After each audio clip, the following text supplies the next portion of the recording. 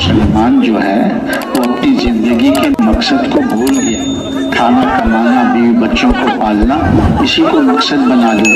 ये मुसलमान की जिंदगी का मकसद नहीं है, ये जरूरत है और बकदर जरूरत इसमें लगने की गुंजाइश है।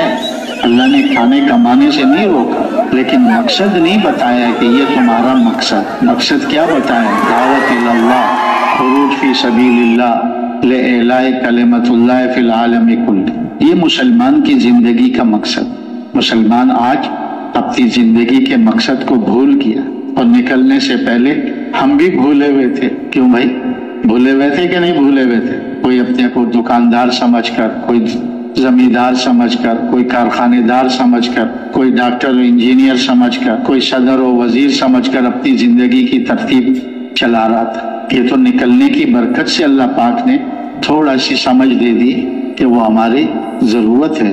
मकसद हमारा दीन और दीन की मेहनत है, क्योंकि सदियां गुजरी ये मेहनत छूटे हुए, इसलिए मुसलमान अपनी जिंदगी के मकसद को भूल गया। बल्कि बड़े कहते हैं भूल को भी भूल गया कि मैं भूला हुआ हूँ। आज कौन सा दरवाजा है जिस पे दस्तक नहीं दी जा रही कि हम मुसलमान, हम हुजूर के उम्मती, हम हुजूर के काम वाले हैं। हर दरवाजे पे दस्तक दी जा रही। आपकी जमातें जा रही कि नहीं जा रही? बोलो भाई।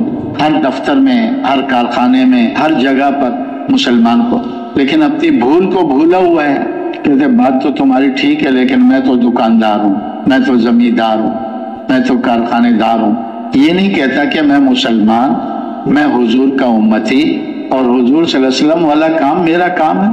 इसलिए हमारे बड़े कहते हैं कि हम दूसरों को ये बात जब समझाएंगे तो अल्लाह पाक इस काम की हकीकत हमारे दिलों पे खोल देगा। जितना आदमी दूसरों को समझाने की मेहनत करता है, पहले अल्लाह पाक उसके दिल पर इस काम की हकीकत को खोल देता। देखो साहबा इकराम पर इस काम की हकीकत खुली तो सब कुछ लगाना आसान होगी। तो जब इस काम की हकीकत अल्लाह हमें नसीब फरमाएगा तो हमारा सब कुछ अल्लाह के दीन पे लगेगा, अल्लाह के दीन के तकाजों पे लगेगा। हमारे बड़े फरमाते हैं अल्लाह किसी की मेहनत को रायगा नहीं करते।